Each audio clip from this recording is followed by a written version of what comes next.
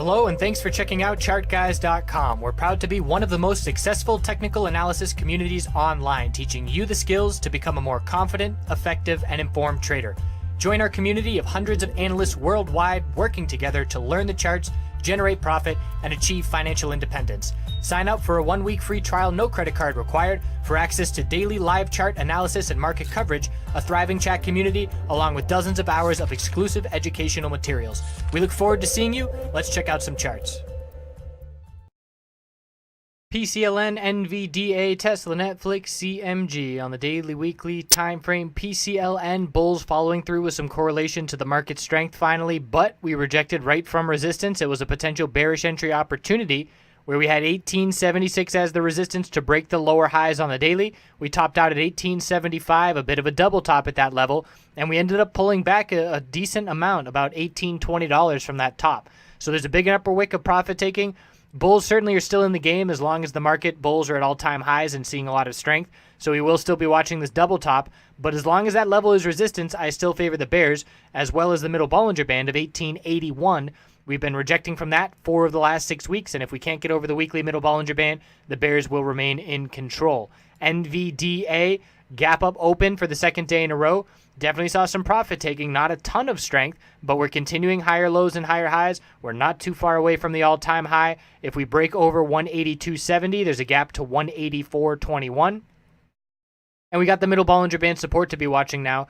And we have support, or I should say a gap to the downside at 176.18 to be watching if we do see further weakness from here. So the weekly time frame, bulls bought the dip last week, keeping exponential support. Bulls are still in full control overall. Higher lows and higher highs after the bearish reversal candlestick. Again, healthy consolidation, so not losing the momentum. The sector is still strong. The market is still strong overall.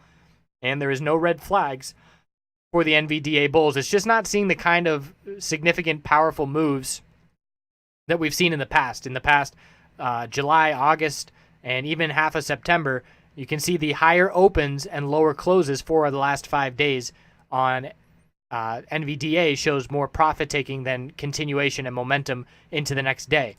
Tesla double bottom down at the lows of 335.40 and 335.51, so a potential bottom fishing play. The bulls have to break 344.68 now to break the lower high pattern and see some follow through, but we had news at the end of the day in terms of delivery numbers, and the market reacted bearish to those numbers. So we'll have to see where we stand pre-market. If we see a break of 335.40, we're looking at 331.85 and a gap to fill at 327.12.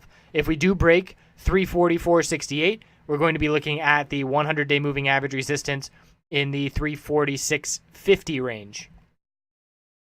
And of course, the middle Bollinger Band on the weekly time frame for Tesla, now that we have lost that level after holding it 7 times, it's going to be some resistance to back test. That's at 348.29, and it is going to begin leveling out and then descending unless the bulls recover back over that level. Netflix on the daily, it was the weakest tech bounce that we were looking at, and we had a big bear day today, and the potential bear flag is going to be confirmed if we break 176.55. So we had our low, high of the bounce, higher low, lower high. Bears took over, and if we break 176.55, I'm looking at 176.25 and 172.44 as the next levels. And the bulls have to prove themselves by getting back over 183.34 to see a higher high on the daily time frame.